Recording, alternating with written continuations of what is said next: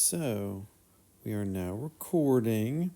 If you happen to hear any sounds, it is the Zig and Sharko cartoon in the background because I'm at home with a sick tiny human. But let's do a little bit of chapter 4 review. So I'm going to go with you through this step by step.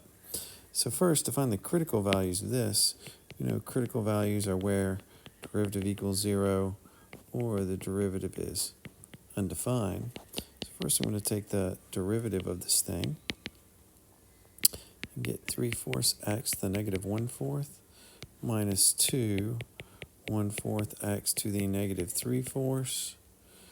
Then if I clean that up, it's 3 over 4x to the 1/4 minus 1 over 2x to the 3/4, right? But then, as we've said a few times, it's best if we make this into one term before we go finding critical values. So here I see that the denominator on the right is missing 2 over 2 to get a 4. And I see that this one on the left is missing an x to the, 2/4 on top and bottom. So I think that means what we're going to end up getting is 3x to the 2/4 minus 1 over 4x to the 3/4. Right. And of course, I know that you are aware that that equals 1/2 4x to the 3/4.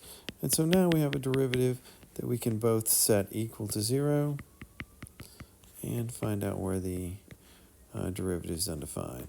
So it's undefined where the denominator equals 0.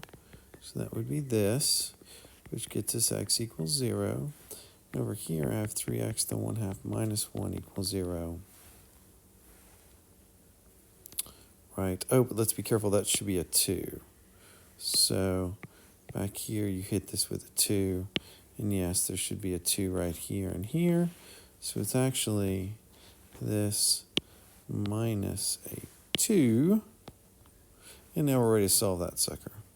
So we get 2, 3x to the 1/2. Then we get x to the 1/2 is equal to 2/3. So x is equal to undo that, I guess I square both sides. So I get x is equal to 4/9. So I get either 4/9 or 0. Yes? All right.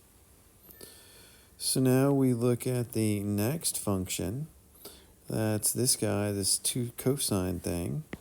So for number 2, if I have that f of x is equal to 2 cosine of x plus sine squared x, and someone asked me to find the critical values, well, the first thing I'm going to note is that just means sine of x, the quantity squared. Don't forget that. And I also know that critical values are where derivative equals 0 or the derivative is undefined. So the derivative is going to be 2, well, derivative cosine is negative sine, plus 2 sine, and then the derivative sine, if I do the chain rule, is cosine, right? Because the form of this derivative is stuff squared. So its derivative is going to be 2 stuff times the derivative of that stuff.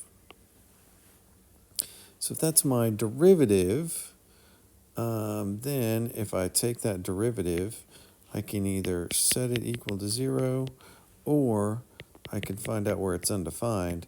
Well, it's defined everywhere because it's a trig function that is made up of only pieces that are defined everywhere.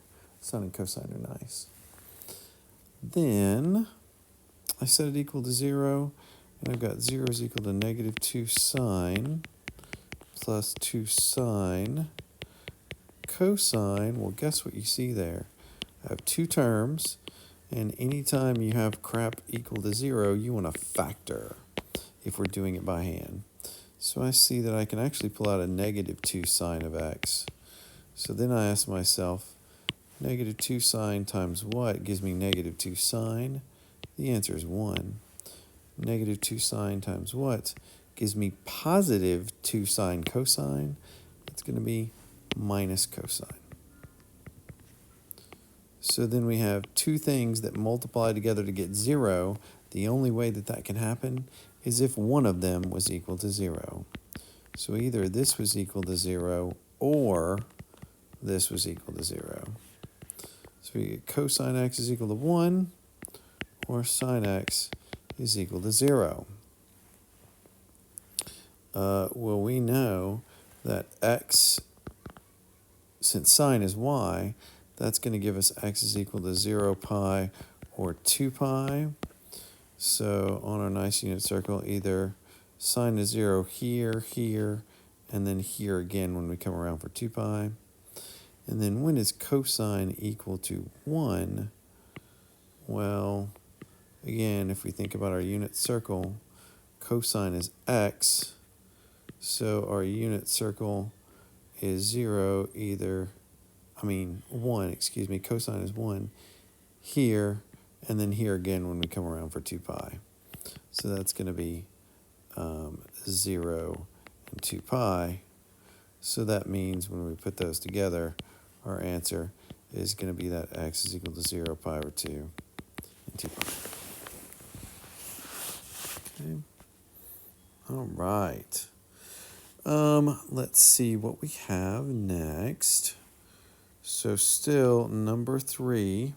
Notice that last one said on 0 to 2 pi, so it made it really nice. That's why we gave the answers that we did, because you can include those endpoints. So now number 3. Find the absolute mins and maxes of this function on a closed and bounded interval.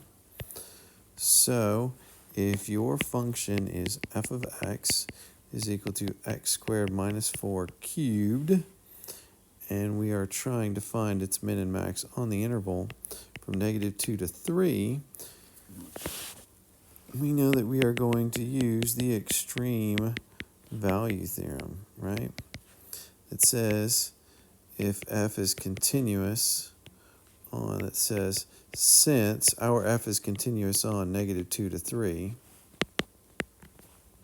so by the extreme value theorem, since f is continuous on x from 0 to 3, f attains its absolute min, absolute max on negative 2 to 3.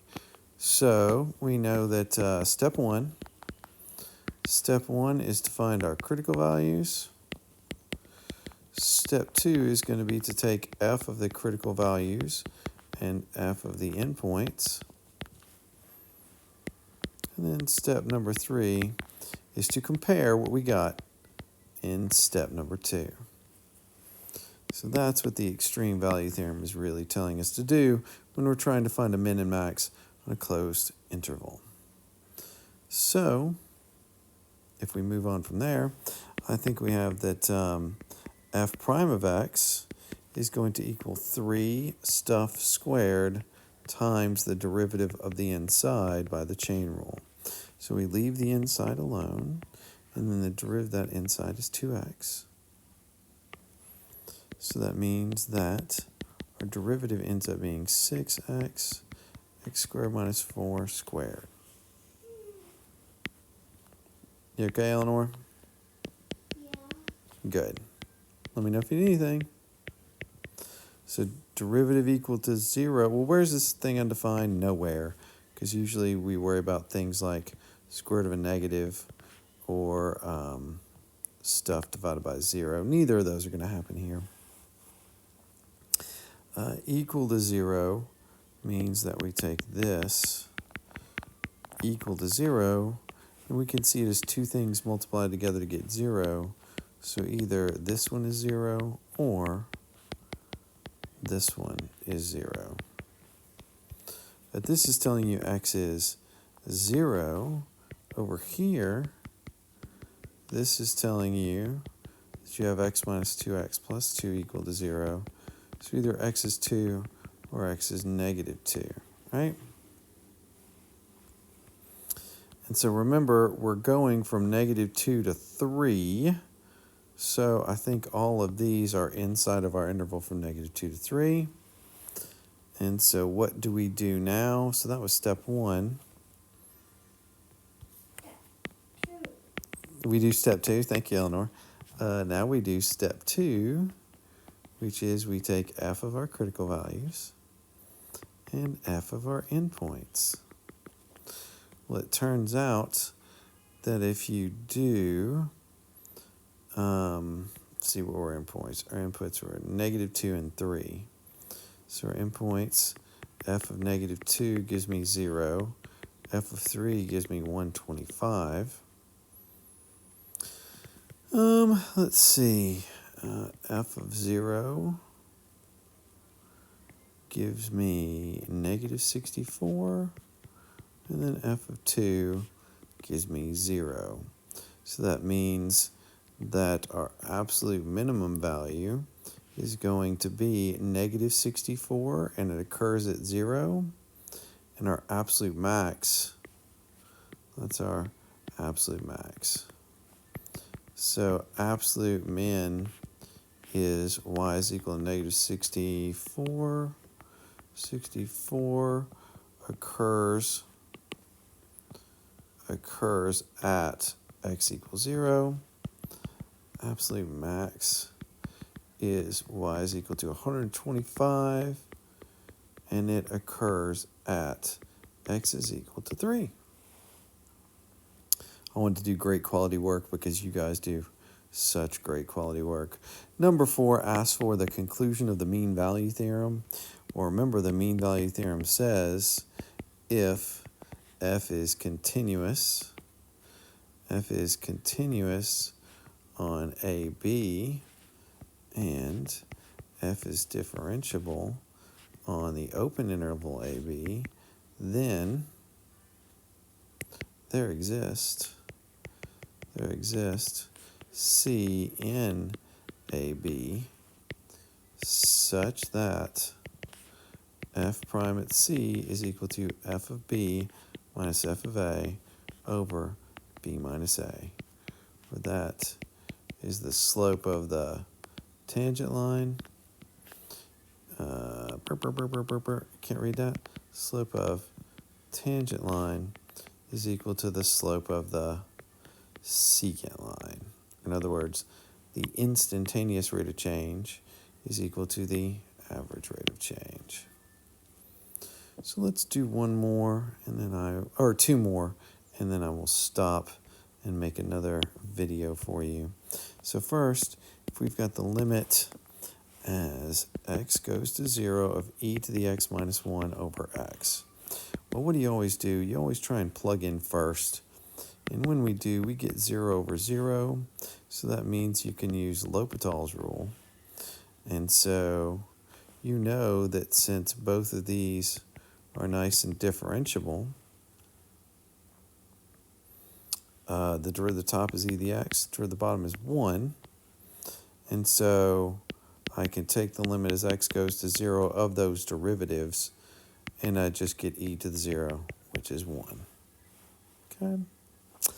You look at something like number 6. It's the limit as x goes to 0 of cosecant x minus cotangent. Well, just to better understand what this object is, I'm going to write this as 1 over sine, and this is cosine over sine. Yes, we need to have those trig functions memorized. I know you can do it. So now, when you rewrite it as one term, now you know a lot of math and science is about form. I think this form is easier to understand, right? So in its current form, it is 0 over 0. So I think that means we can take our old buddy L'Hopital and do L'Hopital's rule. So I take the derivative of the top, because don't forget, this and this are nice and differentiable. You can find the derivatives. To the top is going to be sine. To the bottom is cosine. Now you let x go to 0. Well, on the unit circle, as the inputs go to 0, here at 0, we have that x is 0 and x is 1 and y is 0. We know that x is cosine and y is sine. So here, this is going to 0 over 1, which is 0. When we think about our buddy, the unit circle. So we'll stop there and do some more here in just a minute. Let me hit stop.